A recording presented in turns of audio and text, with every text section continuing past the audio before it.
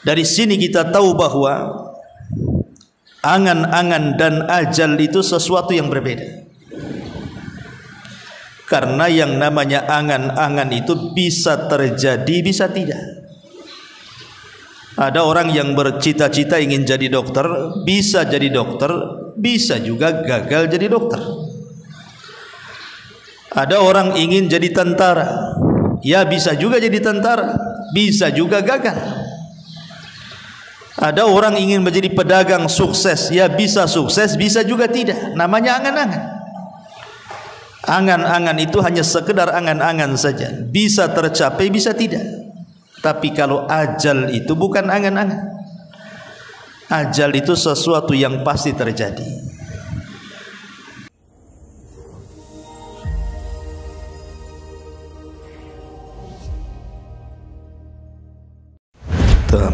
Bismillahirrahmanirrahim.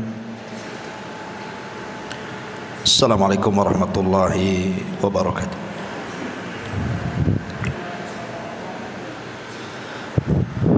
Alhamdulillah,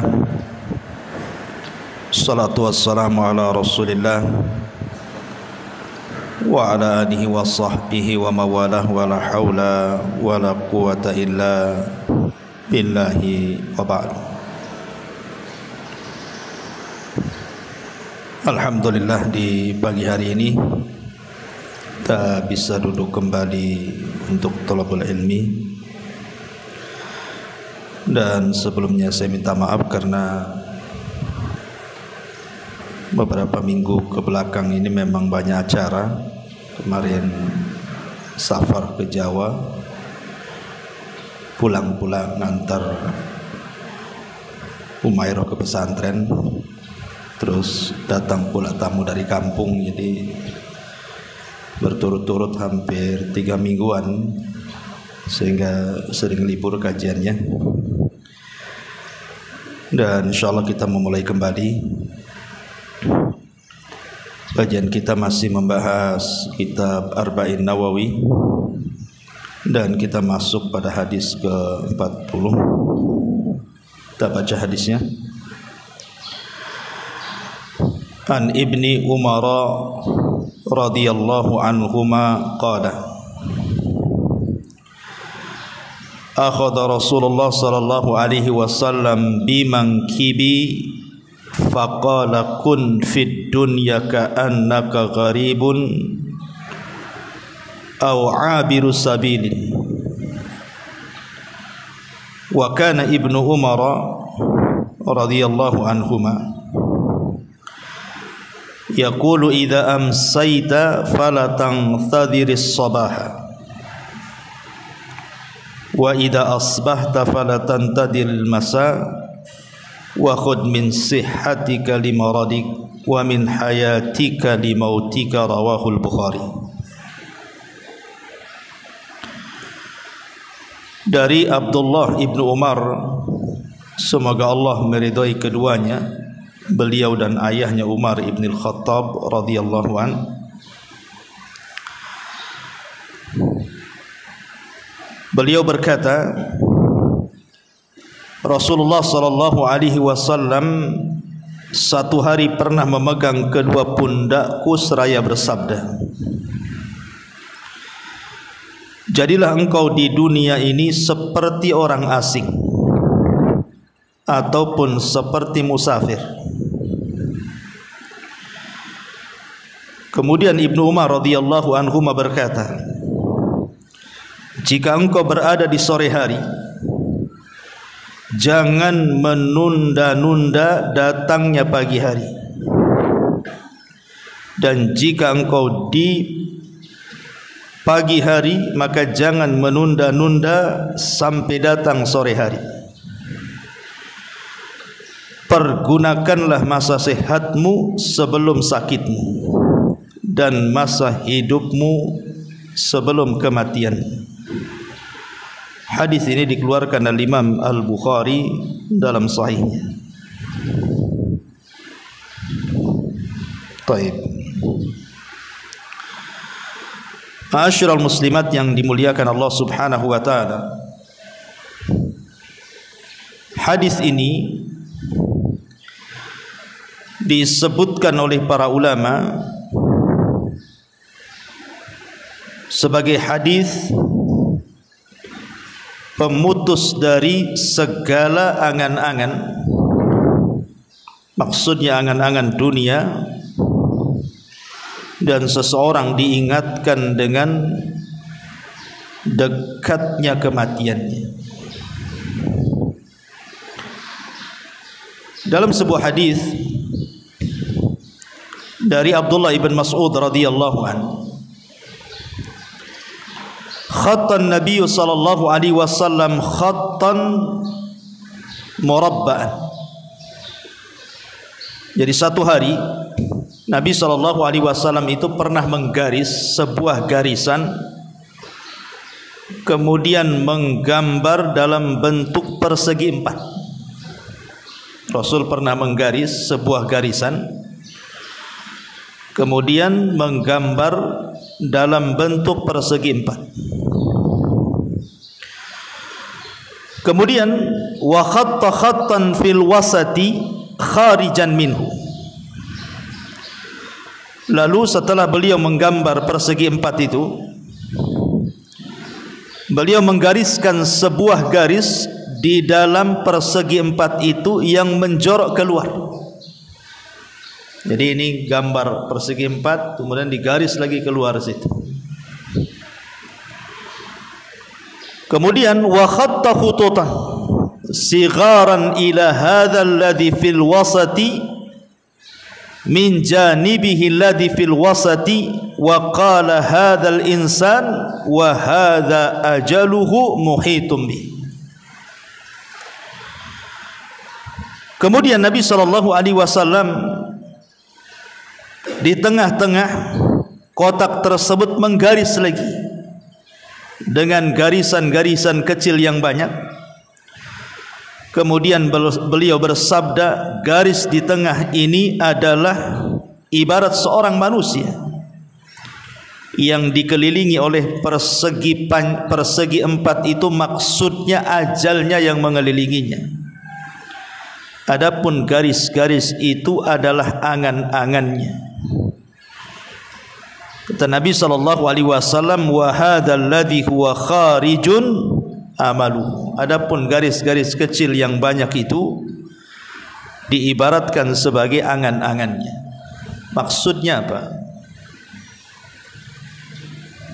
Nabi sallallahu alaihi wasallam dalam hadis Abdullah bin Mas'ud ini mengatakan, ketika menggambar persegi empat, kita ini berada dalam kotak itu, dan kotak itu artinya ajal yang mengelilingi manusia, di mana manusia tidak mungkin keluar dari kotak itu. Artinya manusia tidak mungkin lari dari ajalnya. Adapun garis-garis kecil yang keluar dari kotak itu adalah angan-angannya. Dari sini kita tahu bahwa angan-angan dan ajal itu sesuatu yang berbeda. Karena yang namanya angan-angan itu bisa terjadi, bisa tidak. Ada orang yang bercita-cita ingin jadi dokter, bisa jadi dokter, bisa juga gagal jadi dokter. Ada orang ingin jadi tentara, ya bisa juga jadi tentara, bisa juga gagal.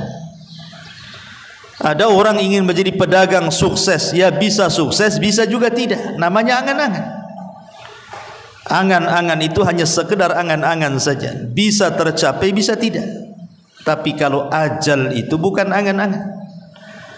Ajal itu sesuatu yang pasti terjadi. Karena yang namanya ajal itu walaupun tidak diangan-angani, kita pengen mati atau pengen dipanjangkan usianya, namanya ajal dia tetap datang. Tidak mungkin gagal ajal-ajal. Dari sini kita tahu bahwa Nabi SAW ingin memutus rantai tulul amal, panjangnya angan-angan bagi manusia, bahwa ajal lebih dekat kepada dirinya dibandingkan angan-angannya.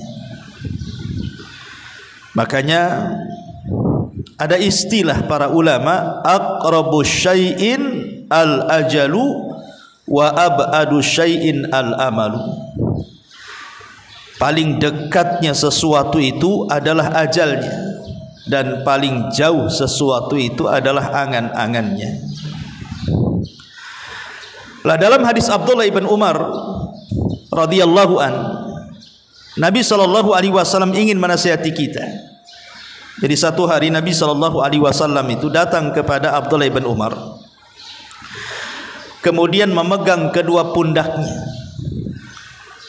Jadi Abdullah ibn Umar berada di depannya, Rasul memegang tangan seperti ini ke pundak Ibnu Umar. Dan ini menunjukkan apa? Kasih sayang Rasul kepada murid-muridnya, kasih sayang seorang guru kepada murid-muridnya. Dilihat dari kedekatan Rasul meletakkan kedua tangan di pundak dan bahu Ibnu Umar. Jadi seorang guru harus punya kasih sayang dengan muridnya. Karena Allah sendiri mengatakan, la in kunta faddan ghalidal qalbi dan faddu min hauli. Kalau engkau keras kasar kepada orang yang kau dakwahi wahai Muhammad, tentu mereka akan lari dari dakwahmu. Makanya Rasul mencontohkan kelembutan seorang pengajar kepada seorang murid. Dengan kedekatan beliau dan keakrabannya ditunjukkan dari kedua tangan beliau diletakkan di kedua bahu Ibnu Umar. Kemudian Nabi SAW mengatakan, ya ibna Umar, kun fid dunya ka'annaka gharib. Wahai Ibnu Umar, jadilah di dunia ini seperti gharib, orang asing. Au abirus sabil, ataupun seperti orang yang singgah menjadi seorang musafir. Analoginya begini, Bu. Kalau ibu tidak pernah singgah di Batam, anggaplah sebagian ibu ada yang dari Jawa, dari Sumatera, Padang, atau dari daerah manalah sebutkan, tidak pernah ke Batam. Di Batam ini tidak punya pemilih, tidak punya keluarga. Dan Batam ini hanya sekedar kota transit saja, karena tujuannya bukan ke Batam. Boleh jadi ibu mungkin mau ke Singapura atau ke Malaysia. Hanya Batam ini tempat transit saja. Tidak ada saudara, tidak ada kawan, tidak ada siapa-siapa. Datanglah ibu ke Batam hanya sebagai seorang musafir hanya, ataupun transit saja, karena ingin tujuannya kan ke Malaysia atau ke Singapura. Mustahil orang yang transit terpikir macam-macam. Tidak mungkin ibu datang ke Batam terus tanya-tanya, tanya harga apartemen Habibie, mau beli di situ, ataupun tanya-tanya harga tanah berapa satu kaplingnya, atau tanya macam-macam. Tidak mungkin. Orang namanya transit hanya transit saja. Umumnya orang transit itu tidak mungkin tanya-tanya, karena dia tidak lama di situ, hanya singgah pergi lagi, karena harus melewati Batam masalahnya. Lah seperti itulah dunia, kata Nabi SAW kepada Ibnu Umar.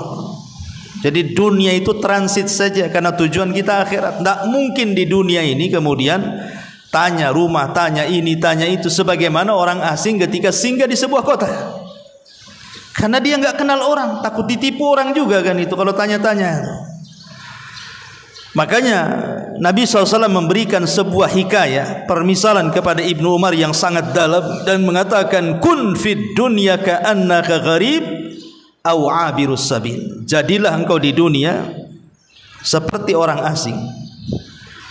Yang namanya orang asing itu pasti akan banyak tanya, pasti juga akan takut, pasti akan berharap cepat pergi dari situ. Au abirus sabil, ataupun seorang musafir. Karena seorang musafir itu tidak mungkin lama di tempat safarnya. Kalau bisa secepat mungkin dia pergi dari situ supaya sampai kepada tujuan. Lah Ibnu Umar ini radhiyallahu an paham dengan hadis ini, sangat paham dengan hadis ini. Makanya kenapa Ibnu Umar kemudian berkata, saking pahamnya dengan nasihat Nabi SAW, kata beliau, idza amsayta falatantadir sabah wa idza asbahta falatantadir al-masa wa khudh min sihhatika limaradik wa min hayatika limautik. Jika engkau di sore hari, maka segeralah beramal, jangan menunggu di waktu pagi. Dan jika engkau di waktu pagi juga segera beramal, jangan nunggu di waktu sore. Ambillah di waktu sehatmu sebelum sakitmu, dan di waktu hidupmu sebelum kematian. Ma'asyiral muslimat yang dimuliakan Allah Subhanahu wa taala, Abdullah ibn Umar radhiyallahu anhuma sampai-sampai dijelaskan dalam biografi beliau ini bagaimana zuhudnya beliau dan memegang amanah Nabi sallallahu alaihi wasallam untuk dijadikan dunia ini sebagai tempat persinggahan seorang musafir atau orang yang asing yang sampai di situ. Abdullah bin Mas'ud radhiyallahu anhu sampai memuji Ibnu Umar dan mengatakan, "Inna amlaka syababi Quraisyin li nafsihi anid dunya Abdullah ibn Umar." Orang yang paling bisa menahan dari pemuda-pemuda Quraisy untuk dirinya terhadap dunia, aku tidak melihat kecuali Abdullah ibn Umar radhiyallahu anhu. Ini pujian daripada Abdullah ibn Mas'ud radhiyallahu anhu. Makanya Al-Hafidh Adz-Dzahabi dalam kitabnya At-Tadhkirah, jadi satu hari manusia datang kepada Ibnu Umar radhiyallahu anhuma dan menawarkan kekuasaan. Itu di zaman fitnah tuh. Dan ketika itu tidak ada yang lebih mulia yang masih hidup kecuali beberapa sahabatlah, salah satunya adalah Abdullah ibn Umar radhiyallahu anhuma. Jadi orang-orang ini datang kepada Ibnu Umar dan mengatakan, "Anta sayyidun nasi wa ibnu sayyidihim." Ibnu Umar, engkau ini pemimpin sekarang dan engkau putra pemimpin, karena dia putra Umar bin Khattab. Wan nasu bika radun, manusia sudah berkumpul, mereka mau menjadikan kamu sebagai pemimpin kami. Wa nahnu nubayyi'uka, dan kami siap membaiatmu. Jadi manusia datang dari mana-mana meminta kepada Ibnu Umar untuk siap dibaiat dan menjadi pemimpin mereka, karena kala itu terjadi kekosongan pemimpin. Tetapi Ibnu Umar radhiyallahu anhu mengatakan, la, tidak, wallahi, demi Allah, sampai bersumpah, tidak, demi Allah. Beliau mengatakan, wala yuhraqu fi mahjamati damin, aku tidak mau ada satu tetes darah pun tertumpah di negeri ini. Karena biasanya apabila terjadi kekosongan pemimpin kemudian rebutan menjadi pemimpin, pasti terjadi peperangan kan itu. Makanya Ibnu Umar lebih baik menghindar dari fitnah. Padahal sudah jelas-jelas loh kekuasaan di hadapan dia. Manusia sudah redha.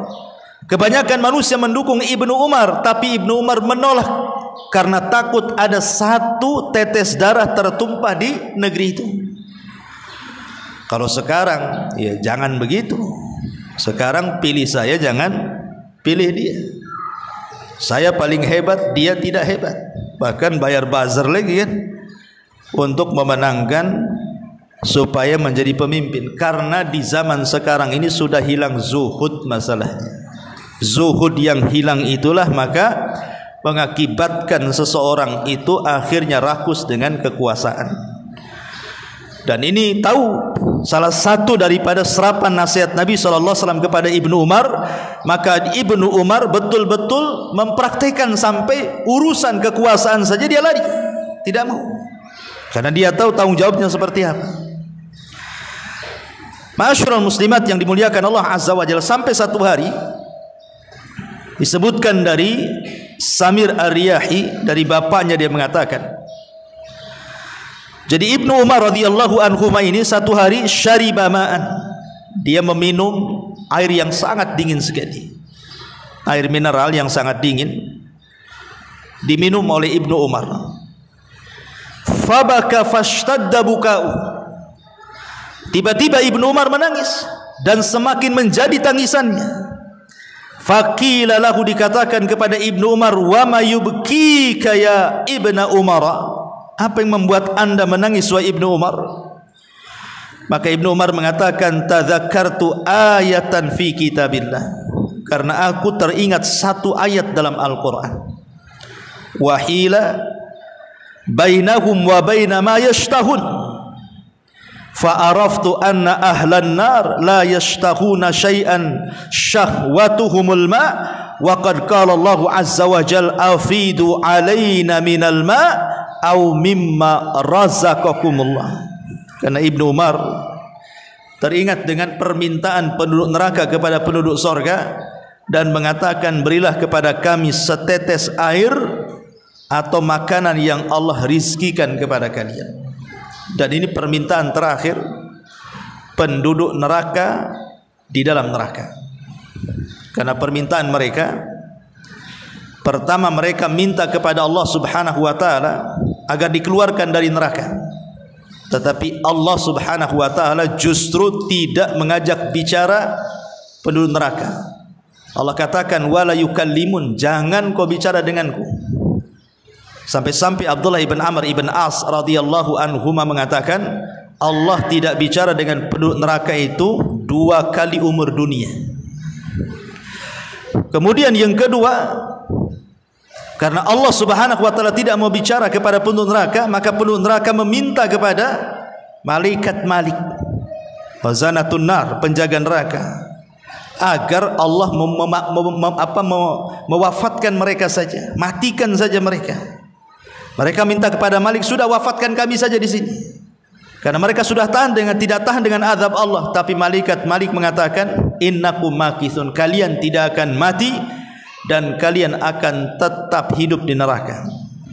Kemudian permintaan yang ketiga, ketika mereka tidak bisa meminta kepada malaikat Malik agar Allah mewafatkan mereka, maka mereka pun meminta kepada para penjaga neraka agar yukhaffif alainal adzab, Allah meringankan azab kepada kami.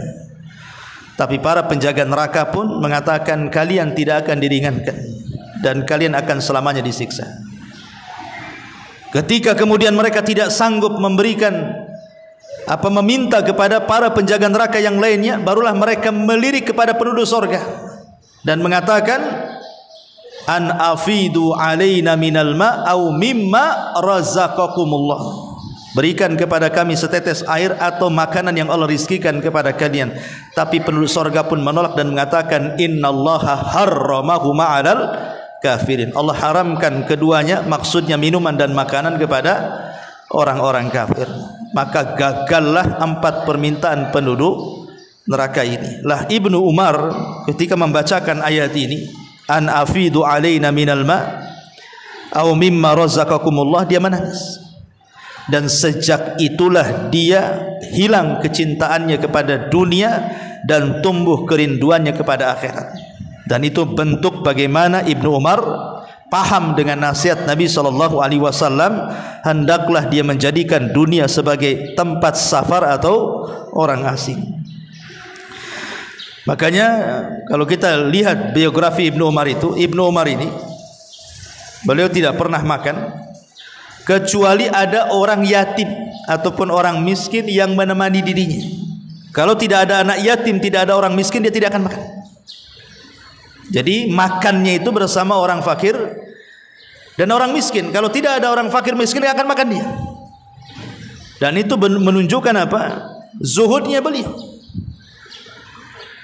Dari sini kita paham kalau sedikit menggali biografi Ibnu Umar radhiyallahu anhuma, Ibnu Umar sangat memahami nasihat Nabi sallallahu alaihi wasallam. Baik kita kupas sedikit isi daripada hadis Nabi sallallahu alaihi wasallam.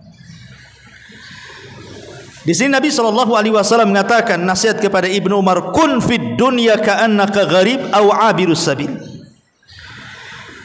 Jadilah wahai Ibnu Umar, engkau ini seperti orang asing ataupun orang yang lewat di sebuah tempat kemudian singgah dan berlalu dari situ, alias musafir.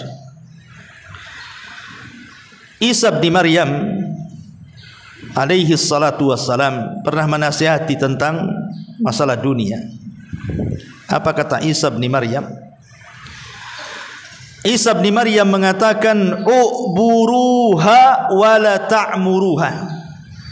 U'buruha wala ta'muruha. Dunia ini hendaklah kalian lewati dan jangan kalian makmurkan di dalamnya. Kata Isa bin Maryam, dunia ini cukup dilewati, tidak perlu dimakmurkan di dalamnya. Karena kita hanya lewat saja. Buat apa dimakmurkan? Waktu, tenaga, biaya kita habiskan di dunia sehingga ketika datang kematian semua ditinggalkan. Makanya kata Isa, lewati, jangan dimakmurkan. Kenapa demikian? Al-Imam Ibnul Qayyim rahimahullahu ta'ala mengatakan, muhibbud dunya la yanfaku min thalathin. Pecinta dunia ini tidak lepas dari 3 perkara. Orang kalau cinta dunia pasti tidak lepas dari 3 perkara, kata Ibnu Al-Qayyim rahimahullahu ta'ala. Apa itu? Hammun lazimun wa ta'abun daimun wa khasratun la yanqadi. Yang pertama, kegelisahan yang terus menerus. Yang kedua, kecapean dan keletihan yang tidak berujung, dan penyesalan yang tidak pernah berhenti. Yang pertama, kesedihan dan kegelisahan yang terus menerus. Yang kedua, kecapean dan keletihan yang berkelanjutan. Dan yang ketiga, penyesalan yang tidak pernah berhenti. Inilah dunia. Coba kita perhatikan, dunia ini lebih banyak membuat sedih dibandingkan senang. Cobalah perjalanan ibu dari kecil, bagaimana ibu rasakan sejak kecil itu, senang atau tidak? Kemudian setelah menginjak remaja, kemudian dewasa, kemudian menikah, kemudian punya anak, rasanya lebih banyak sedih dibandingkan bahagia. Dan kesedihan itu selalu lewat. Apabila datang kebahagiaan, datang lagi kesedihan. Kayaknya nggak pernah berujung tuh. Kemarin saja baru tertawa, hari ini pula sudah menangis. Kemarin baru bahagia, hari ini pula sudah gundah gulana. Begitu juga capek letih. Siapa yang tidak capek di dunia ini? Stres, bu. Mikir macam-macam kan, mikir itu. Mikir pengen punya rumah, pengen punya tanah, pengen punya uang, pengen punya baju, tas, macam-macam orang di dunia ini. Dan itu kan tidak ujung-ujung ada kan, harus mencari, lelah letih. Kadang-kadang nekan pula suaminya untuk membelikannya, padahal dia tahu kemampuan suaminya seperti apa. Ya karena dunia ini melelahkan. Ujung-ujungnya penyesalan. Kenapa? Karena sudah dikumpul-kumpul pun ditinggalkan. Makanya ada istilah hakikatud dunya at-tajmi'u wat-tafriqu. Hakikat dunia itu, ibu kumpul-kumpulkan sudah banyak, ibu tinggalkan. Ibu tinggalkan. Berapa banyak coba orang-orang yang sudah kaya sukses itu akhirnya meninggal dunia kan? Dia kan gak mungkin berpikir besok akan mati. Tidak ada orang yang mereka rakus dengan dunia itu berpikir besok akan mati. Gak mungkin, mustahil. Tetapi namanya kematian itu pasti sebuah kelaziman. Makanya di sini Imam Ibnul Qayyim mengatakan, hammun lazimun wa ta'abun daimun wa hasratun la tanqadi. Ma'asyiral muslimat yang dimuliakan Allah Azza wa Jalla, kalau kita melihat sedikit kisah para sahabatnya, Abu Dzar Al-Ghifari radhiyallahu anhu. Satu hari datang seorang laki-laki masuk ke rumah Abu Dzar Al-Ghifari. Maka pandangan orang ini melihat di sekeliling rumah Abu Dzar Al-Ghifari. Pasti ibu kalau punya rumah kan minimal teras depan itu, ruang tamu kan pasti dihiasi, bukan? Di situ ada lemari, nanti dalam lemari itu mesti ada bunga-bunga, entah ada perlak-perlik, entah ada barang-barang yang kalau orang melihatnya itu akan takjub. Kursinya pun yang bagus, mejanya yang bagus, toplesnya aja yang bagus, sampai warna riasnya pun harus cantik kan gitu. Orang kalau punya rumah pasti yang pernah dihiasi pertama kali ruang tamunya. Lah orang ini masuk, melihat di sekeliling rumah Abu Dzar Al-Ghifari radhiyallahu anhu. Fata'ajjab, dia pun heran. Kemudian mengatakan, ya Abu Dzar, aina mata'ukum? Wahai Abu Dzar, kok rumah ini kosong? Kok enggak ada barang-barang, enggak ada kursi, enggak ada meja, enggak ada lemari, enggak ada macam-macam, kosong blong rumahnya. Hanya ada tikar kecil saja.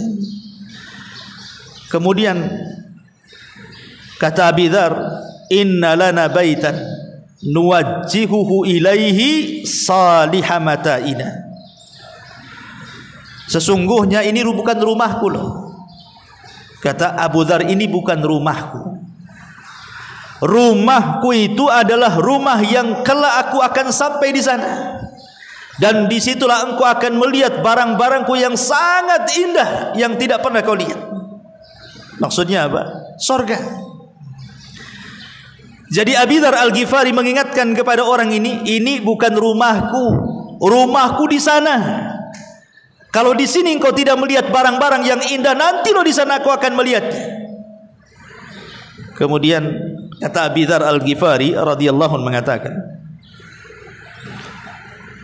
innahu la budda laka min mata'in ma dumta hahuna. Kemudian orang ini ngomong sama Abu Dzar, Abu Dzar, ya paling tidak adalah barang-barang yang kau bisa nikmati selama kau berada di sini dan belum pindah ke sana. Masa nggak ada sama sekali? Kan kamu masih hidup di sini, belum hidup di sana, gitu maksudnya. Maka Abu Dzar dengan tegas mengatakan, inna sahibal manzil la yada'una fihi. Sesungguhnya pemilik rumah ini tidak mungkin meninggalkan barang-barang yang harusnya ada di sana diletakkan pula di sini. Saya tidak mau. Maunya saya semua yang ada di sini ada di sana. Dan ini menunjukkan apa? Zuhudnya para sahabat Nabi SAW. Dan ini senada dengan kisahnya Abu Ubaidah ibn Jarrah radhiyallahu anhu. Jadi Umar radhiyallahu anhu ketika menjadi khalifatul Islam sepeninggal Abu Bakar Siddiq radhiyallahu an mengerahkan pasukan untuk membebaskan Baitul Maqdis dalam perang Qadisiyah. Lah ketika itu pemimpin perang adalah Abu Ubaidah ibnul Jarrah menggantikan Khalid ibn Walid. Jadi ketika Baitul Maqdis ini sudah dikuasai kaum muslimin dan kunci Baitul Maqdis siap diserahkan kepada Amirul Mukminin Umar bin Khattab, Abu Ubaidah menyurati Umar agar datang dari Madinah ke Syam untuk mengambil kunci Baitul Maqdis. Karena syaratnya yang mengambil kunci itu adalah Umar, pemimpin kaum muslimin. Berangkat Umar dari Madinah menuju Syam. Sebelum kemudian Umar tertuju kepada Baitul Maqdis, dia ingin melihat kondisi rumahnya Abu Ubaidah, tenda perangnya itu. Jenderal perangnya itu hidupnya seperti apa? Jadi Umar ibn Khattab radhiyallahu an kemudian singgah di tenda Abu Ubaidah ibnul Jarrah, satu di antara 10 sahabat yang dijanjikan masuk surga itu. Kemudian setelah Umar masuk, beliau melihat di sekitar tenda, di dalam tenda itu kok tidak ada barang-barang, kok kosong itu tenda itu, padahal dia jenderal perang. Oh, kalau sekarang jenderal, kita lihatlah mantan jenderal itu, bisnisnya di mana-mana, rumahnya di tengah kota, besar luar biasa. Itu mantan jenderal zaman sekarang kan gitu. Ini masih menjabat. Abu Ubaidah ibnul Jarrah ini masih menjabat, belum pensiun, belum purnawirawan. Jadi Umar ini melihat di sekitarnya, falam yara syai'an, dia tidak melihat sesuatu, satu barang pun tidak ada di tenda itu. Jadi Umar mengatakan, aina mata'uk, mana barang-barangmu? La ara illa labidan wa suhfatan ila akhir. Aku tidak melihat kecuali hanya benda-benda yang tidak ada harganya. Hanya mungkin piring untuk makan, gelas untuk minum gitu. Kemudian Umar bin Khattab radhiyallahu mengatakan, anta amir, engkau ini pemimpin, ya minimalnya adalah barang-barang mewah. Namanya perang itu kan ada harta rampasan perang kan itu. Apalagi yang diserbu ini bukan negara miskin, yang diserbu ini negara Kisra, negara kaya adidaya, otomatis kan kekayaannya banyak itu.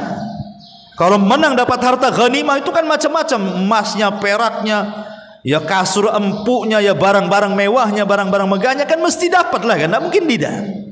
Kok tidak ada di tenda itu barang-barang berharga sedikit pun. Jadi Umar mengatakan, wa anta amir, kau ini pemimpin. Kemudian Umar bin Khattab radhiyallahu an meminta kepada anak buahnya, kepada para prajurit, datangkan makanan yang biasa dimakan pemimpin kalian. Maksudnya Abu Ubaidah bin Jarrah. Apakah okelah di tendanya tidak ada barang-barang yang berharga, boleh jadi mungkin makanannya spesial. Ya, mungkin makanannya spesial yang luar biasa gitu. Kalau di zaman sekarang ya makanan-makanan mahal lah gitu. Rupanya ketika didatangkan makanan itu adalah makanan yang biasa dimakan para prajurit. Jadi nggak ada bedanya, prajurit makan itu, dia juga makan itu. Nggak ada bedanya antara jenderal dan pasukannya. Dari situlah kemudian Umar bin Khattab fabaka, beliau pun menangis.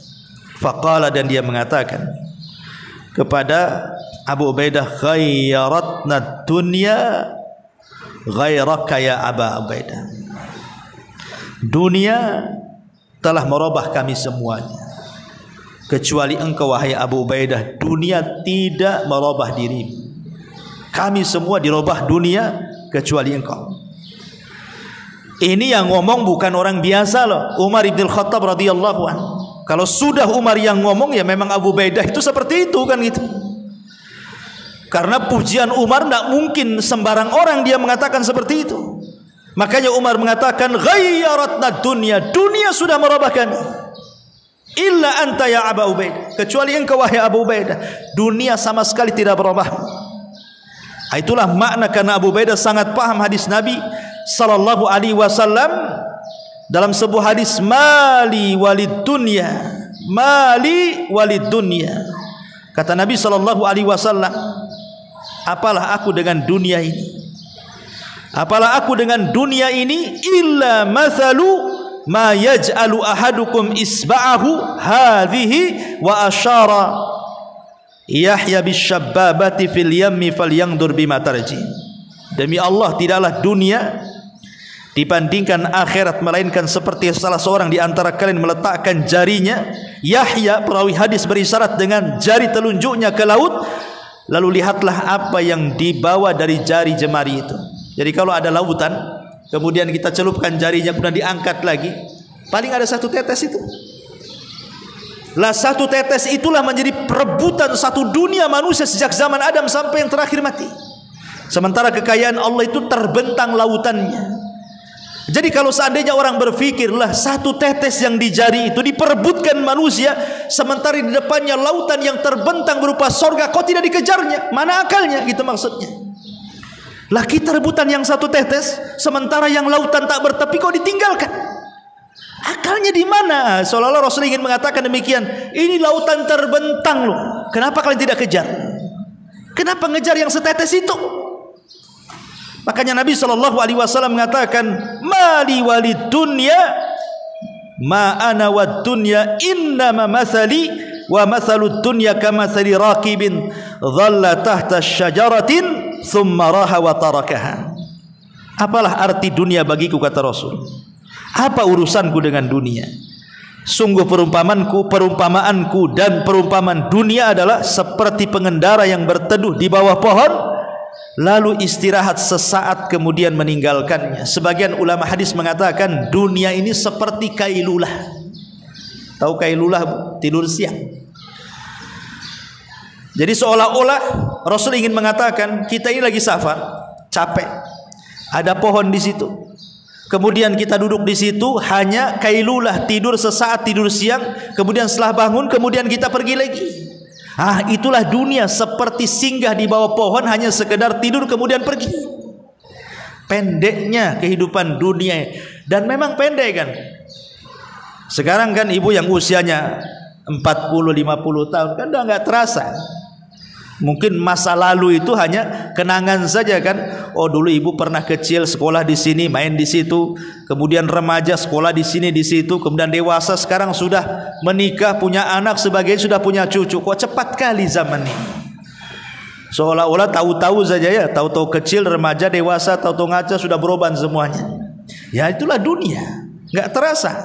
Bahkan kalau waktu zaman dulu itu kayaknya lama sekali. Saya masih ingat tuh, kalau dulu itu siang dari pagi sampai sore itu kan lama kali. Tapi sekarang kan dari pagi ke sore itu cepat sekali rasanya. Tahu-tahu zuhur, asar, maghrib. Ini kayak kajian saja, baru tadi kita ngaji udah 9.42 sekarang. Terasa duduk kayak gini. Ya. Nah, ini menunjukkan bahwa dunia ini hanya sesaat. Bahkan ada seorang sahabat, Salman Al-Farisi radhiyallahu anhu. Ma'ruf kisah Salman Al-Farisi, seorang sahabat yang keliling dari satu negara ke negara berikutnya hanya mencari hidayah. Dari beragama penyembah berhala berupa api, Majusi, kemudian masuk Nasrani, kemudian dibeli oleh tuan Yahudi, sampai akhirnya dapat hidayah masuk Islam. 3 agama dilewati itu Salman Al-Farisi. Majusi, Nasrani, Yahudi, baru Muslim. Ya. Dan Salman Al-Farisi walaupun demikian termasuk as-sabiqun al-awwalun. Dia orang-orang yang lama mengikuti jejak Nabi. Salman Al-Farisi seolah-olah ketika Allah Subhanahu wa taala tidak menghendaki Abu Lahab masuk ke dalam Islam, Allah ganti Salman Al-Farisi yang bukan orang Arab justru mendapatkan hidayah saat kematiannya, detik-detik wafatnya. Jadi Sa'ad bin Abi Waqqas ini satu di antara 10 sahabat yang dijanjikan surga ini datang menjenguk Salman saat wafatnya. Kemudian dilihatnya Salman ini menangis. Maka Sa'ad bin Abi Waqqas berusaha menghibur Salman dan mengatakan, "Alaisa qad sahibta Rasulullah sallallahu alaihi wasallam kada wa kada, alaisa kada wa kada, alaisa kada wa kada." Wahai Salman, engkau ini orang yang paling lama berkawan dengan Nabi, sekian dan sekian waktu. Engkau sudah berbuat begini dan begitu bersama Nabi. Engkau sudah berbuat begini dan begitu bersama Nabi. Jadi Sa'ad bin Abi Waqqas berusaha menenangkan Salman karena ketika itu menangis saat detik wafat itu. Diingatkan dengan kebaikan, dan ini sunnah hukumnya. Kalau ibu ziarah kepada orang sakit, maka yang dibicarakan tidak boleh kecuali kebaikan. Tidak boleh ibu bicara soal keburukan di ruangan yang ada orang sakit di situ. Nggak boleh. Tetapi ceritakan kebaikan, kau ini orang baik, atau diceritakan ke kawannya biar dia dengar. Sayang dia sakit, jadi dia orang baik, mudah-mudahan Allah sembuhkan dia, supaya dia dengar waktu sakitnya. Ya, karena di sini Sa'ad memberikan contoh kepada kita, menjelaskan kepada Salman bagaimana jasa beliau dulu dan bagaimana pertemanan beliau dengan Nabi sallallahu alaihi wasallam. Qala Salman, tapi Salman mengatakan, dia mengatakan, ma'abki wahidatan minal isnain. Aku bukan menangis karena satu di antara 2 perkara. Kata Salman, aku menangis bukan karena satu di antara 2 perkara. Kemudian Salman mengatakan, ma'abki dhannan lid dunya wala karahiyatan lil akhirah. Demi Allah aku mati bukan karena aku terikat dengan dunia. Aku tidak mau meninggalkan dunia, bukan itu. Bukan pula aku membenci akhirat. Karena orang mati itu cuma 2 nih. Kenapa orang itu kemudian saat kematiannya sulit, sehingga kemudian terkadang di antara mereka itu harus koma berbulan-bulan loh, bertahun-tahun. Ada Allah siksa seperti itu orang tuh. Gak mati-mati. Ada orang koma bertahun-tahun itu. Boleh jadi karena dipersulit kematiannya. Kan ada orang yang mati itu ketika berwasiat, yang diwasiatkan itu urusan dunia, padahal dia akan berpisah dengan dunia. Aneh itu. Tolong jaga tanah tanah bapak, tolong jaga tanah ini, tanah itu, ini perusahaan tolong jaga. Dia sendiri akan berpisah dengan perusahaannya itu, dengan tanahnya. Masih juga berwasiat dengan dunia, kan akalnya hilang tuh. Oh, dia mau berpisah dari dunia, kok wasiat dengan dunia pula. Kecuali kalau wasiatnya kebaikan, tolong nah ini sepertiganya wasiatkan, kasihlah untuk masjid, kasihlah untuk anak yatim, jelaskan gitu ya. Tapi ada sebagian orang tidak berpikir ke situ, sehingga terjadilah karahiyata lil mauti, benci kematian dan benci akhirat. Kata Salman, aku menangis bukan karena takut meninggalkan dunia atau benci dengan akhirat, walakin, kata Salman, akan tetapi Walakin Rasulullah sallallahu alaihi wasallam ahida alayya ahdan. Dulu Rasul pernah berjanji kepadaku dan aku pernah berjanji kepadanya.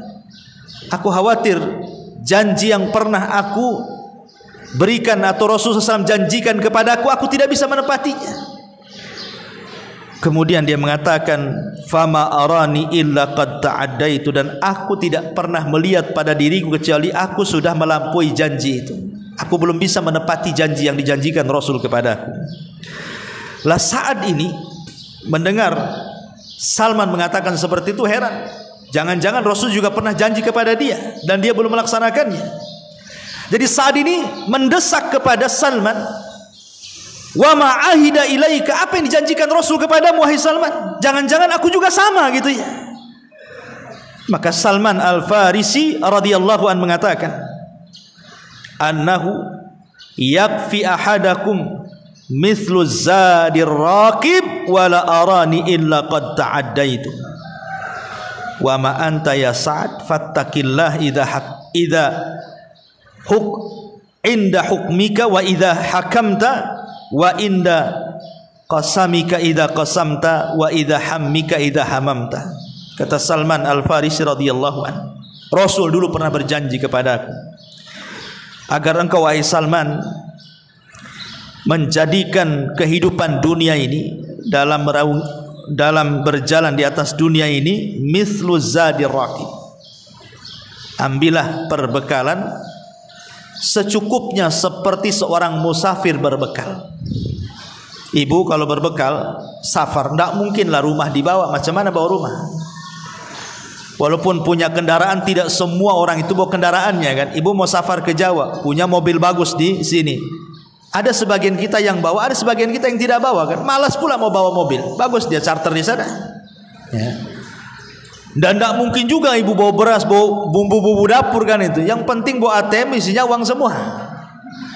Artinya kan orang kalau mau safar itu kan dia pasti cari yang ringan.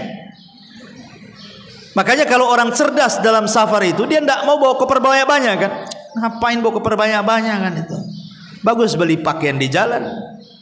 Ya, pulang bawa oleh-oleh jadinya kan. Kalau bawa koper banyak-banyak, bawa oleh-oleh di sana tak jadi beli. Pulangnya sekoper itu yang kita bawa kan.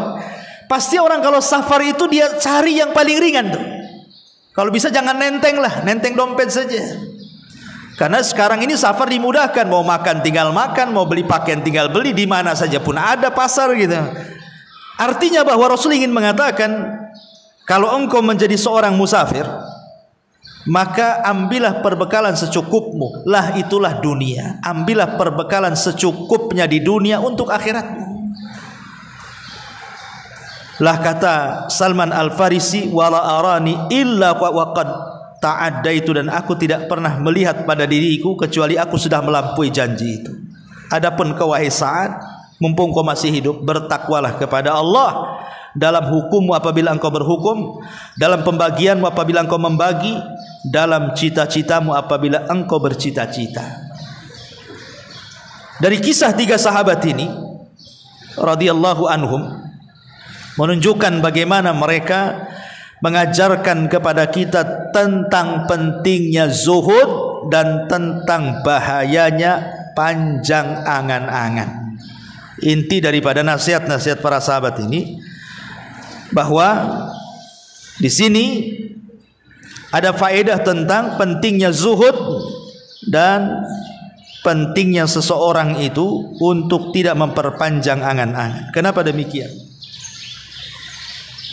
Malik ibn Dinar, seorang ulama salaf, mengatakan, arba'un minasyaqa, ada 4 perkara termasuk kecelakaan manusia. Kalau ibu masuk dalam 4 perkara ini celaka. Kata Malik ibn Dinar rahimahullahu ta'ala, yang pertama qaswatul qalbi. Ibu kalau keras hati, ini bahaya ya, jangan keras hati. Yang kedua jumudul aini. Ibu kalau susah menangis, susah menangis, baca Quran susah menangis, susah diingatkan akhirat juga susah menangis ya. Karena itu akibat dari keras hati kan. Kalau sudah keras hati pasti mata susah menangis ya. Tapi kalau lembut hatinya pasti mata akan mudah menangis. Kemudian yang ketiga, tulul amal, panjang angan-angan, yang berakibat kepada yang terakhir, wal hirsu ala dunya. Dari panjang angan-angan itulah akhirnya seseorang rakus terhadap dunia. Sudah tidak kenal mana halal mana haram, yang penting dapat dunia. Ini kata Malik ibn Dinar, 4 perkara kalau ada pada hidup manusia celaka dia. Hatinya keras, mengakibatkan susah menangis.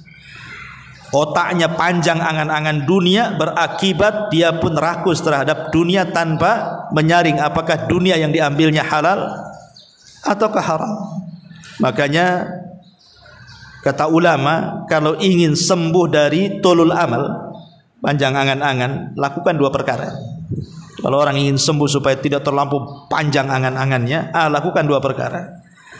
Yang pertama, ingat bahwa annaka rahilun, engkau ini akan pergi dari dunia.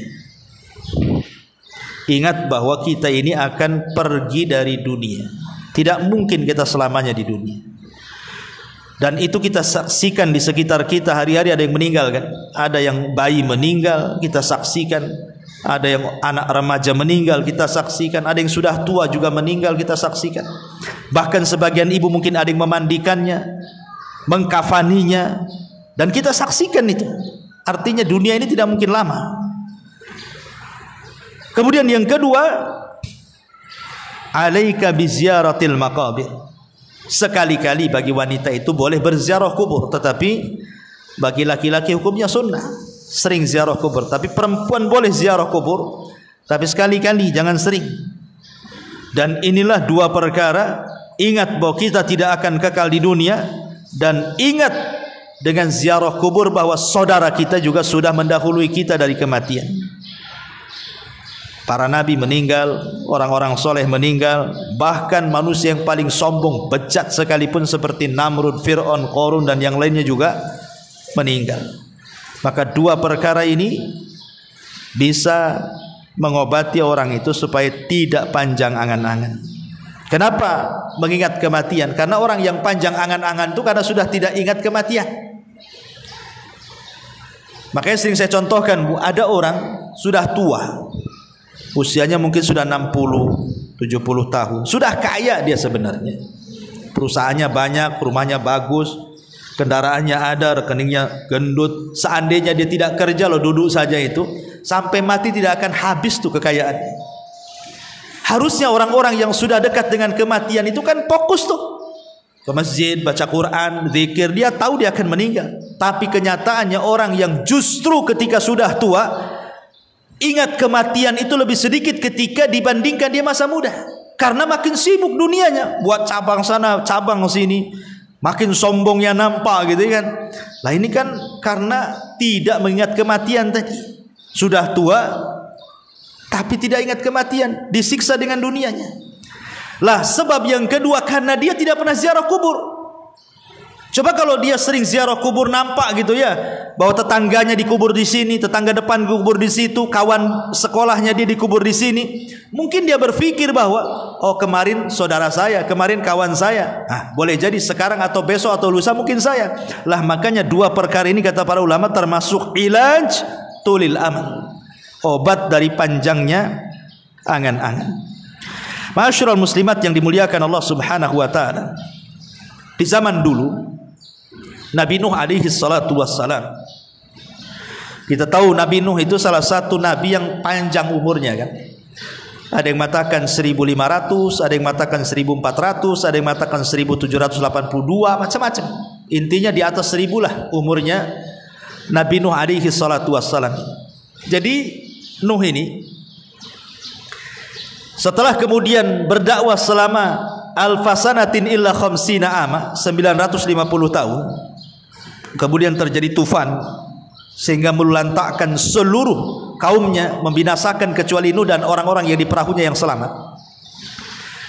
Jadi satu hari Nuh ini sudah selesai tufan, kaumnya pun sudah binasa, dan dia pun membawa orang-orang yang tidak banyak di perahunya. Jadi malaikat maut ini datang, ingin mencabut Nuh alaihi salatu wassalam, mencabut nyawa Nuh alaihi salatu wassalam. Dan disebutkan oleh Imam Qurtubi saat memberikan tafsiran kepada surah Al-Ankabut ayat 14-15.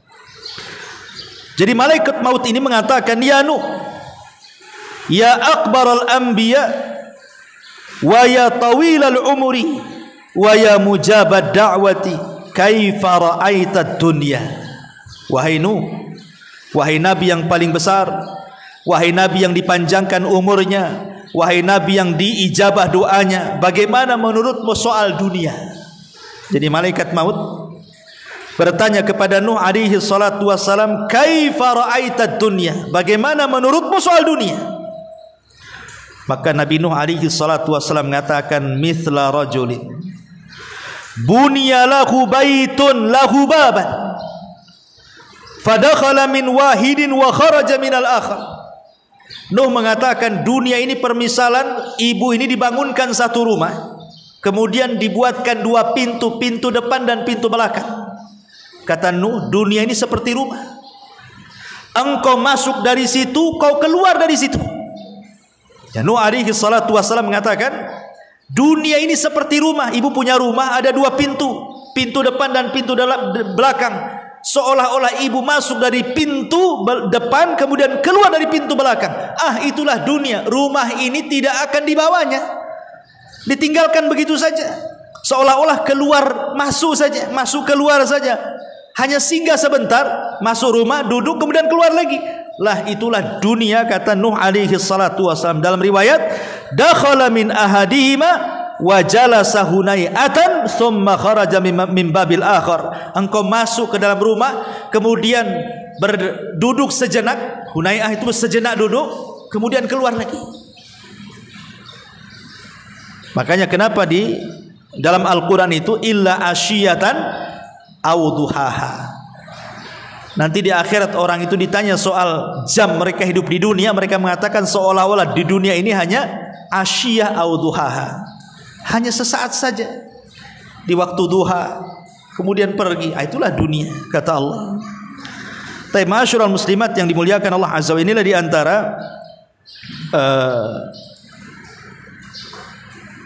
kisah-kisah sahabat Nabi SAW dan juga para nabi. Nasihat terakhir dari hadis ini adalah perkataan Ibnu Umar radhiyallahu anhuma di ujung riwayat, idza amsayta fala tantadiris sabah wa idza asbahta fala tantadiris masa wa khudh min sihhatika limaradik wa min hayatika limautik. Ini nasihat Ibnu Umar kepada kita. Jika engkau berada di sore hari, jangan menunggu datangnya pagi hari. Dan jika engkau berada di pagi hari, jangan menunggu datangnya sore hari. Maksudnya, kalau pagi ini kita bisa beramal, jangan nunggu nanti sore. Pagi ini ibu bisa punya uang ingin sedekah, sudah langsung sedekahkan. Ya, pagi ini ibu bisa ingin baca Quran, ya sudah, jangan diprogram, nanti sore kan ada waktu. Kalau pagi ini ingin silaturahim ke saudara yang sedang sakit, ya sudah, segerakan hari ini berangkat. Karena belum tentu sore bisa gitu. Betapa banyak orang yang mengagendakan sesuatu ternyata tidak jadi. Tapi berapa banyak orang-orang yang tiba-tiba ada program dijalankan langsung jadi pula dia kan. Rame-rame kita ke rumah si Anu, rame-rame datang.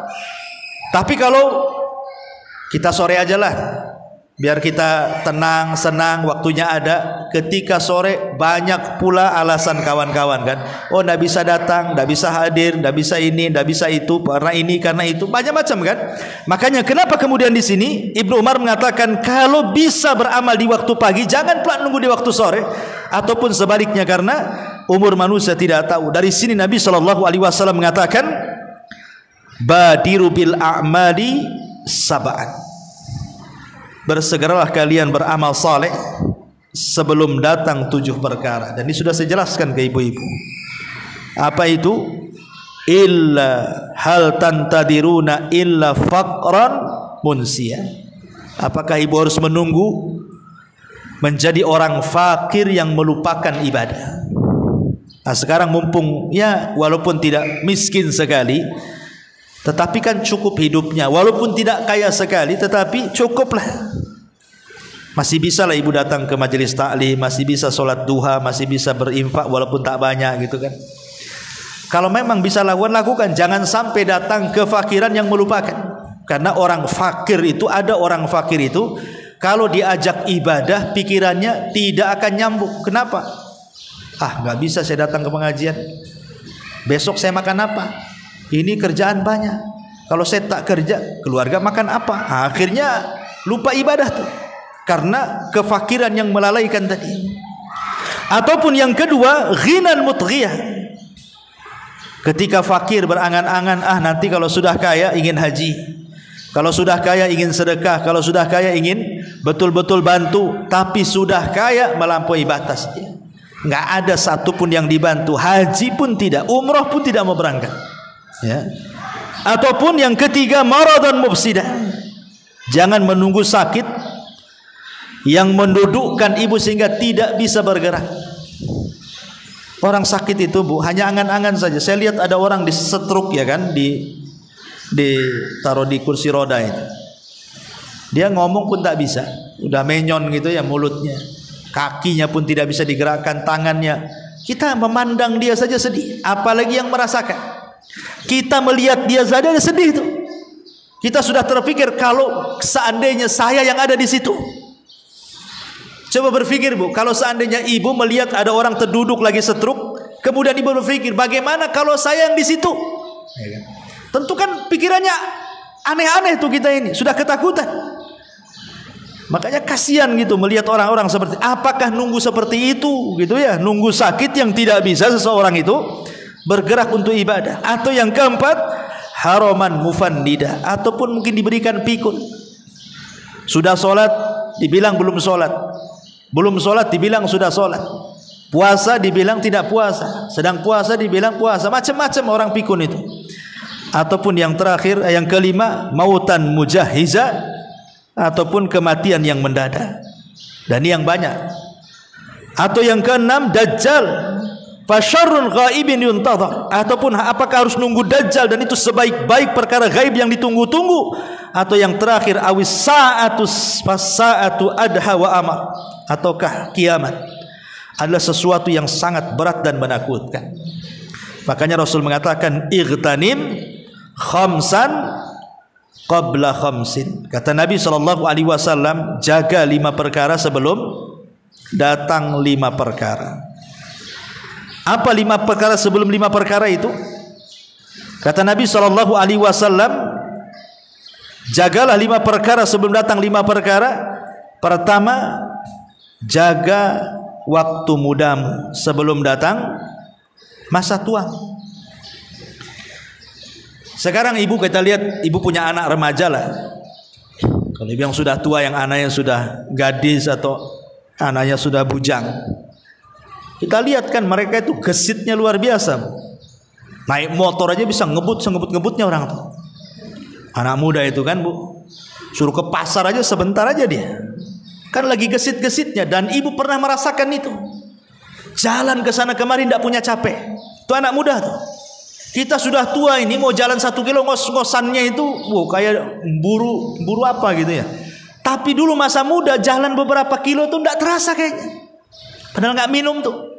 Kalau kita ini jalan ke sana saja duduknya 100 kali itu, duduk jalan itu ya. Artinya kan ibu pernah merasakan muda tuh. Lihat orang muda itu masih kuat, tidak punya capek, tidak punya lelah, kesana kemari gesit. Artinya kalau seandainya masa muda itu digunakan untuk ibadah, ibadah apa saja anak muda itu bisa. Bisa semua dia. Mau ngaji jauh perjalanannya bisa, mau apa saja bisa. Tapi kalau sudah tua bu, angan-angan saja. Aduh pengen ngaji di sana, tapi jalan tak bisa. Ya, nggak ada yang ngantar. Padahal dekat tuh masjid ke rumah dia itu tidak jauh. Pengen sholat duha 2 rakaat, berdiri, duduk pun tak bisa, baring akhirnya. Jadi apa nunggu seperti itu? Rasulullah yang mengatakan, lah waktu mudamu kemana? Sudah tua kok malah mikirnya aneh-aneh. Makanya Rasul mengatakan, sababuka qabla harami. Ingat masa mudamu sebelum datang tuamu. Ya. Kemudian yang kedua, sihhati qabla saqami. Sihhataka qabla saqamika. Ingat masa sehatmu. Lihat orang sehat itu semua dimakan kan bu. Orang sehat cuma dimakan. Yang kata dokter nggak boleh pun tetap aja dihantam dia, karena merasa sehat dia. Nggak boleh loh makan ini, nanti kolesterol naik. Enggak lah, bismillah saja. Orang sehat nggak peduli.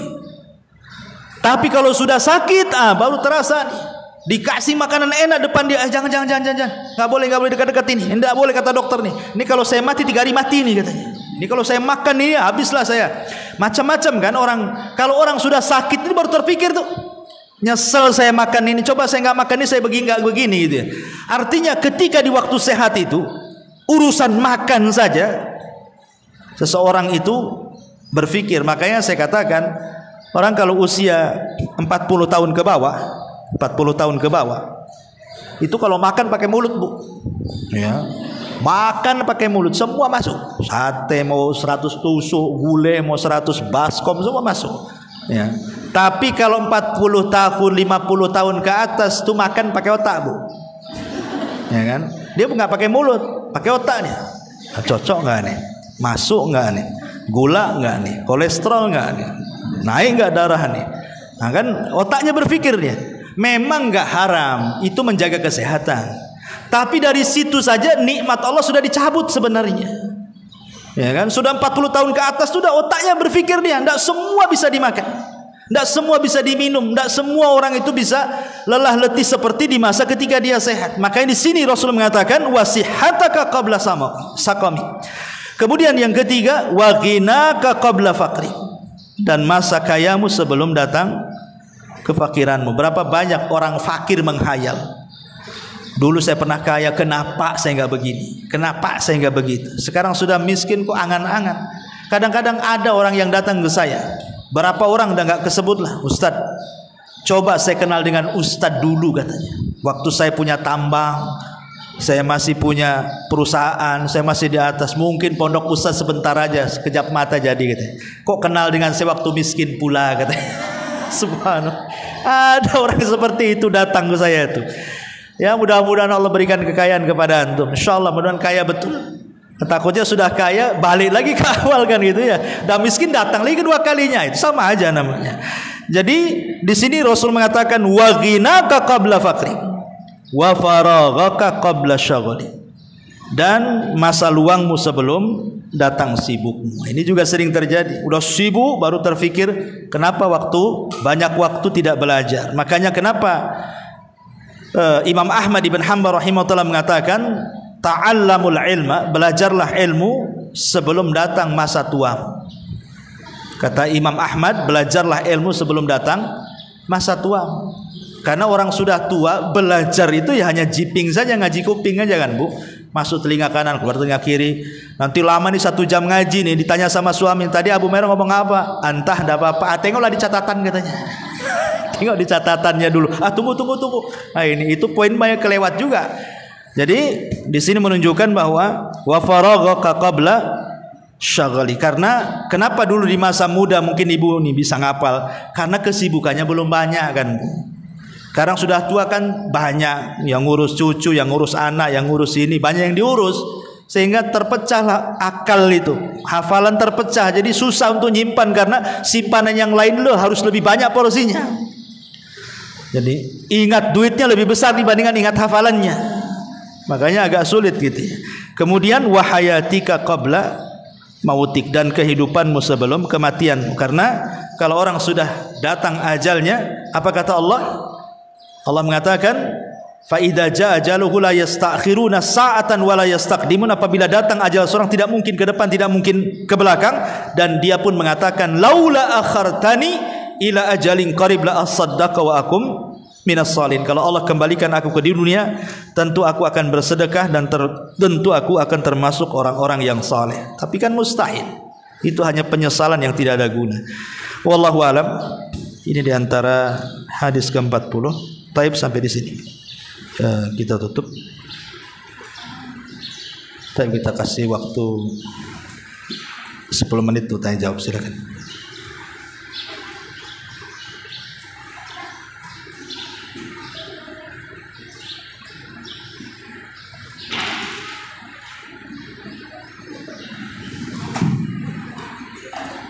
Bismillah. Assalamualaikum Ustaz. Waalaikumsalam. Alhamdulillah sudah beberapa kali kajian kita tidak bisa melupakan bagaimana dakwah kajiannya Ustaz untuk kita semuanya.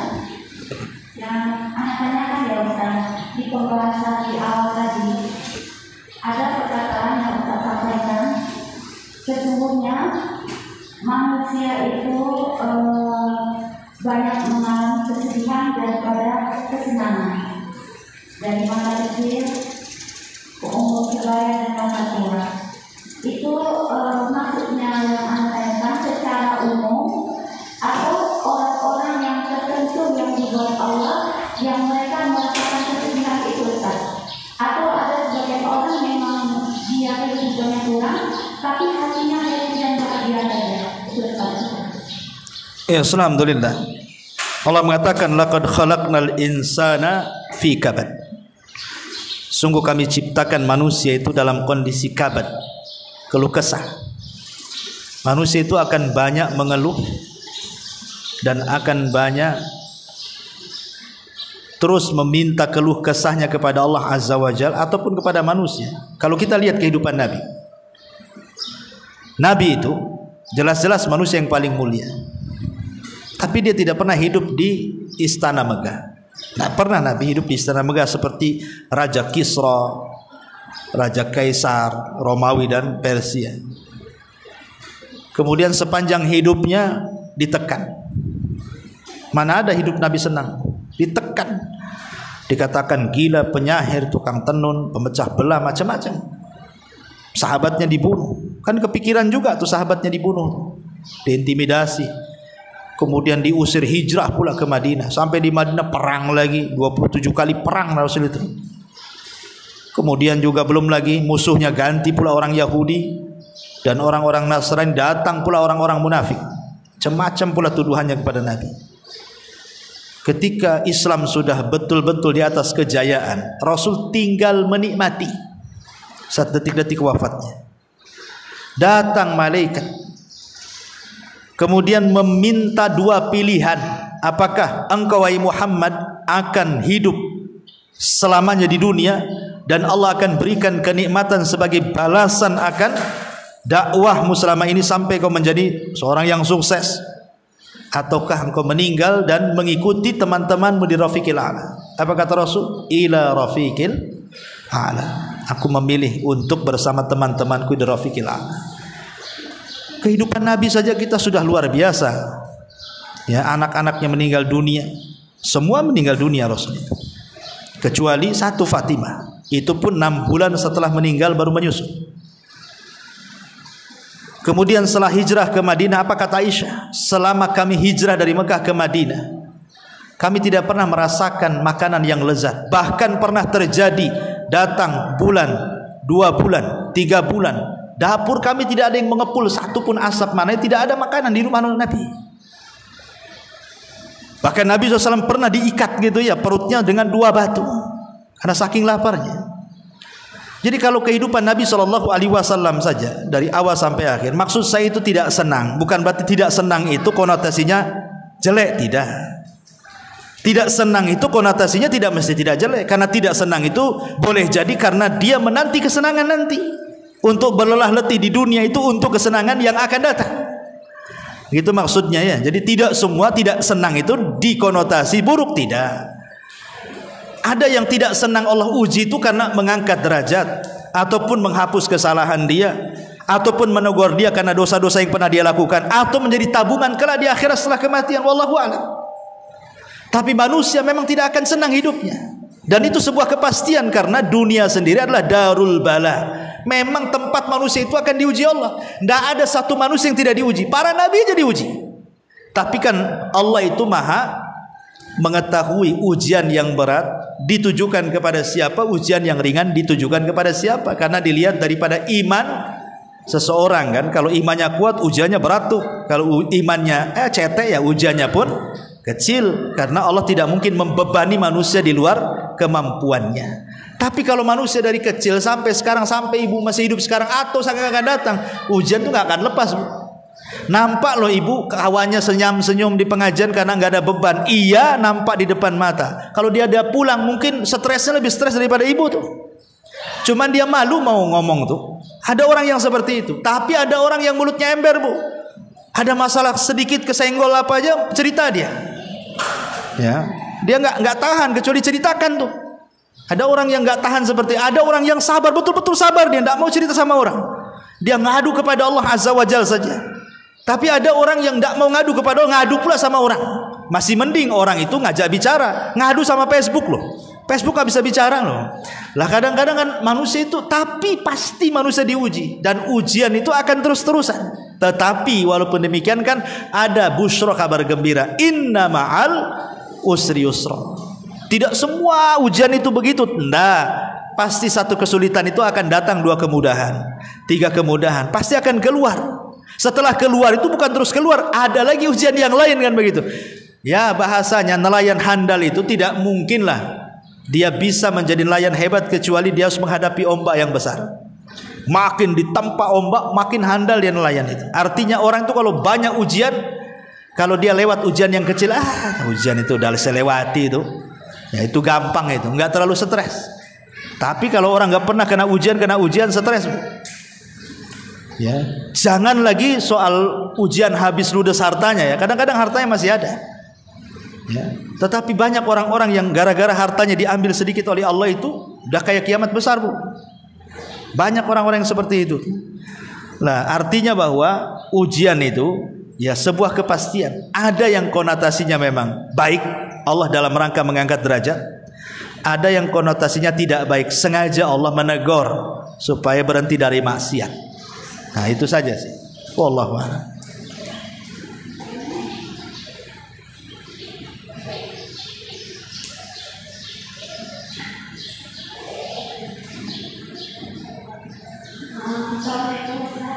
Waalaikumsalam.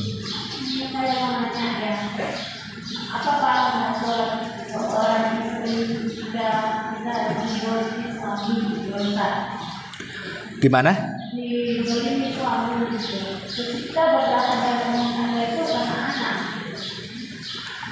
Apa hukumnya seorang suami menzalimi istri? Iya.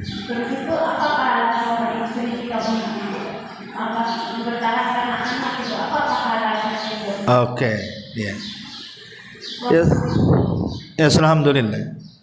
Itulah tadi saya jelasin, Bu. Kadang-kadang di dunia ini, ibu pikir sebelum menikah itu gambaran ibu tuh senang saja. Kan ada orang belum menikah itu udah kayaknya karena melihat orang menikah akhirnya senang. Rupanya setelah ibu jalani justru sebenarnya tidak menikah itu lebih senang dibandingkan menikah. Karena mungkin banyak kezaliman dari pasangan, baik istri kepada suami atau sebaliknya. Tetapi ingat bahwa sesenang-senangnya orang yang tidak menikah, sesenang-senangnya orang yang tidak menikah, dia tidak dapat pahala seperti sesusah-susahnya orang menikah. Kan gitu ya. Kenapa? Karena semata-mata menikah tidak beramal apapun, hanya akad nikah. Qabiltu nikah, aku terima nikahnya. Hanya sebatas itu saja. Maka seorang suami dan istri itu sudah diberikan separuh agama. Separuh agama sudah dikasih. Kalau orang belum menikah nggak dikasih separuh agama. Berarti kalau separuh tinggal nyari yang separuhnya. Lah yang separuhnya inilah dicari dengan cara apa? Sabar, syukur, qanaah, zuhud. Itulah dalam keluarga. Dan kebanyakan seorang istri dalam keluarga itu, dia masuk surga itu karena 2 akhlak. Seorang istri, kunci masuk surga seorang istri dalam rumah tangga itu cuma 2 akhlak. Pertama syukur, yang kedua sabar. Makanya kenapa Allah titik beratkan seorang wanita itu 2 perkara kan? Salat dan puasa.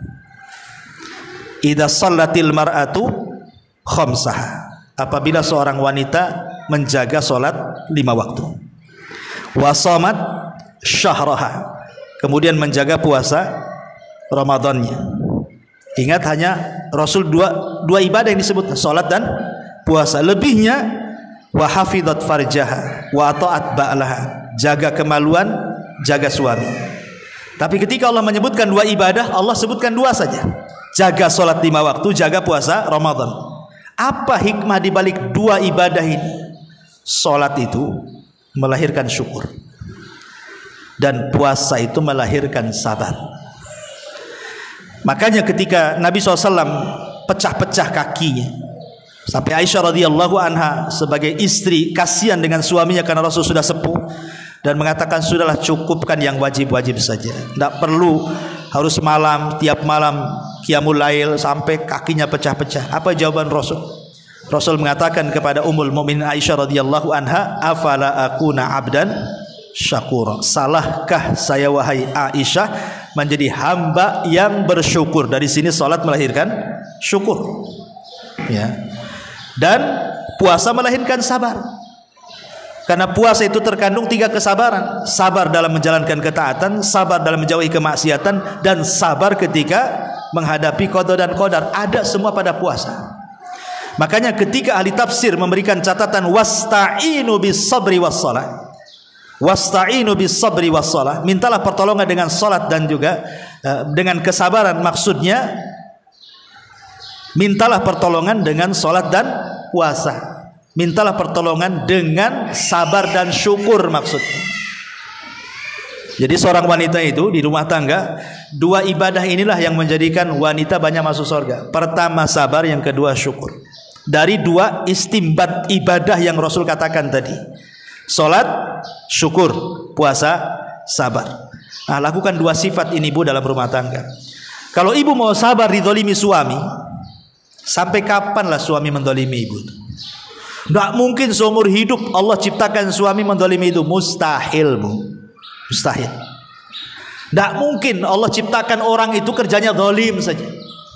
Pasti ada waktu berhentinya kan? Tidak mungkin lah nggak berhenti kezaliman itu. Pasti ada berhentinya. Artinya ibu harus yakin bahwa suami tidak diciptakan untuk mendolimi ibu. Satu, kalaupun dia melakukan kezaliman, lah ketika itu suami memang sedang mengikuti syaitan. Tapi hakikatnya manusia tidak seperti itu, karena manusia itu kan fitrah asalnya. Dia menjadi jahat itu karena ada setannya di situ. Maka yang tugas ibu pertama sabar. Sabar, artinya sabar ya sabarlah. Gimana lagi mau saya dapat punya suami seperti ini. Lah ibu ini ketika ibu katakan gara-gara anak itu, ibu orang berakal namanya. Kurang apa seorang sahabiah di zaman Rasul namanya Ummu Hakim, ya. Ummu Hakim itu di zaman Nabi, suaminya gila, maksudnya sedikit error lah. Kemudian juga orangnya suka marah-marah dan suka merendahkan. Kadang-kadang lisan itu kan lebih sakit tuh dibandingkan mukul. Kalau mukul sekali udahlah kan itu. Tapi kalau suami ngomong yang enggak merendahkan tuh kan sakitnya tuh di sini, Bu ya. Artinya bahwa ini Ummu Hakim ini, itu suaminya begitu Bu, agak sedikit gila, kurang akal. Yang kedua kalau ngomong suka merendahkan dan suka marah-marah. Mau ibu punya suami kayak gini? Kan nggak mau lah kan itu. Kurang waras saja nggak mau, apalagi ditambah dengan marah-marahnya, merendahinnya. Seandainya setengah gila saja nggak mau ibu tuh punya suami. Ini udah setengah gila orangnya, bang marah-marah, tapi dia sabar. Ketika suaminya ngomong sama dia, anti kadhari ummi, engkau seperti punggung ibuku, nangis dia. Karena kalimat itu dalam jahiliyah talak artinya. Datang kepada Rasulullah supaya didamaikan, tapi Rasul mengatakan bisa itu kalimat talak tuh. Kenapa Ummu Hakim kemudian ngomong seperti itu kepada Rasul? Sampai turun surah Mujadilah itu khusus untuk dia, satu surat itu. Karena dia memandang anak-anaknya. Anak-anak dia banyak. Belum tentu kalau dia nikah dapat bapak nih, dia jadi bapak anak-anaknya. Karena emosional bapak angkat dengan bapak kandung itu beda. Jahat-jahatnya bapak kandung itu adalah sedia sayang sama anaknya tuh. Bahkan ada istilah, nak cukuplah bapakmu jadi bajingan. Nah, kamu janganlah seperti bapakmu. Nah, masih ada lah kan kemauan bapaknya itu anaknya lebih baik daripada bapaknya. Tapi kalau bapak angkat udah banyak kejadiannya. Kadang-kadang diusir anaknya, anak angkatnya diusir. Dia memang ingin nikah ibunya saja. Ya. Ataupun mungkin ibu tidak menikah lagi, akhirnya anak-anaknya jadi yatim kan? Yatim hidup bahasanya. Iya kalau orang tuanya, bapaknya tanggung jawab. Kalau enggak, ya. Maka sebenarnya yang harus ibu lakukan pertama berdoalah. Bu, doa itu pengetuk pintu langit. Makanya sering analogikan, kalau saya benci sama ibu, tapi ibu datang ke saya hari ini ngetuk pintu, tuk tuk tuk, ustad gitu. Gak mungkin lah nggak saya buka, bu. Tiap hari datang ngetuk, Nggak mungkin nggak saya buka, pasti dibuka. Awalnya sih sewot, ngapain kita ketukan gitu ya kan? Lama-lama kan disalami, apalagi ibu datang bawa rantang, ya kan? Bawa roti, bawa apa. Lama-lama lembutlah saya ini. Itu kepada manusia loh ya. Allah itu mimbabil aula. Ini namanya mafhum aulawi. Manusia saja kalau diketuk hari-hari datang sayangnya. Apalagi Allah yang tidak ada dendam. Kalau hari-hari diketuk pintu langit dengan doa, dengan ya Allah, lembutkan hati suami, ya Allah, ambil waktu-waktu yang mustajab. Mustahil lah Allah itu nutup pintu suami, itu mustahil. Maka doa, bu, sepertiga malam doa, minta diketuk tuh pintu langit itu tiap hari kalau bisa. Lama-lama dilembutkan lah. Yang punya hati itu Allah kok. Ya kalau ibu doakan yang jelek-jelek, mati aja lah suami saya, ya Allah, mati saja dan kecelakaan ya, biar saya terhindar. Anda itu nggak bagus ya kan. Jadi satu doa ya. Yang kedua introspeksi. Kadang-kadang apa yang kita alami hari ini itu karena warisan dosa masa lalu, kita tidak tahu. Mungkin kita dulu ya kan, kita tidak tahu ya masa lalu ibu seperti apa, masa lalu saya seperti apa, masa lalu orang lain. Semua orang tuh punya masa lalu. Ada yang masa lalunya baik, ada yang masa lalunya tidak baik. Ada yang masa lalunya penuh dengan ibadah, ada yang masa lalunya penuh dengan maksiat. Sekarang ketika kemudian masa lalu sudah berlalu, ibu sudah mulai hijrah, bertobat gitu kan. Terkadang Allah Subhanahu wa taala memberikan ujian dengan cara mungkin suami jadi jahat, anak jadi nakal, tetangga jadi jahat, orang tua kurang macam-macam. Itu terkadang itu untuk menggugurkan dosa lalu tuh. Kita tidak tahu saja. Mungkin kita punya dosa dulu-dulu tidak tahu. Sekarang Allah berikan ujian, mau sabar atau tidak. Kalau sabar boleh jadi itu sebagai pengangkat dosa yang dulu-dulu lah pernah kita lakukan. Kita tidak tahu. Karena ada sorga itu tidak bisa diraih dengan sholat, tidak bisa diraih dengan puasa, tidak bisa diraih dengan sedekah, hanya bisa diraih dengan sabar. Ada sorga itu yang hanya bisa diraih dengan kesabaran. Dan sabar itu tidak seperti sholat. Sholat itu capek, bu. Ada gerakan, ada wudhu, jaga baju, jaga najis, jaga hadas. Tapi sabar itu kan di sini. Ya, jadi sabar-sabarin aja lah, bu. Jadi itulah sabar. Yang kedua syukur. Ibu jangan memandang keburukan suami 100%, tapi lihat kebaikannya. Kalau ibu merasa suami jelek terus, ibu sudah nggak hidup di bumi itu. Mungkin sudah dibunuh sama suami. Tapi ibu masih hidup, punya anak pula, masih makan juga di situ, masih satu atap dengan suami. Ya, artinya kan suami masih lah, mungkin lah sekali-kali dia mungkin, kalau dia mungkin orang awam kadang mukul, ya didoakanlah mudah-mudahan ya dia tak mukul, jangan didoakan mudah-mudahan patah pula tangannya gitu. Ataupun lisannya mungkin dia jahat, ya mudah-mudahan lisannya dirubah sambil sedikit-sedikit. Nanti ada masalah, insya Allah ada masanya, bu. Kalau ibu terus nasihati, bersabar, berdoa, adalah waktunya. Ya, kalaupun itu belum terjadi, ya anggap saja itu laluan dalam kehidupan. Itu ujian bagi ibu. Bersabar, karena mengakhiri perceraian itu tidak baik dalam agama. Itu sama dengan membantu syaitan. Apalagi tadi ibu bagus karena anak-anak. Kalau bisa jangan begitu, karena Allah, bu. Ya, jangan karena anak-anak, nggak dapat pahala. Saya sabar karena Allah. Ya, dengan melihat anak-anak. Ya, ibu ya. Kalau sabar karena anak-anak ini nggak ada ibadahnya itu. Semua sabar itu karena Allah Subhanahu wa taala. Wallahu a'lam. Saya harus ngantar orang ke bandaranya. Subhanallah bihamdika, asyhadu an la ilaha illa anta astaghfiruka wa atubu ilaik. Allahu ta'ala. Assalamualaikum warahmatullahi wabarakatuh. Intinya bahwa tolong berakhlak kepada Allah. Membahas tafsir dari surah Al-Imran. Lahirlah Imam Muslim, Abi Dawud, Tirmidzi, Ibnu Hibban. Jadi ketika Yunus alaihi salatu wassalam terkena undian itu,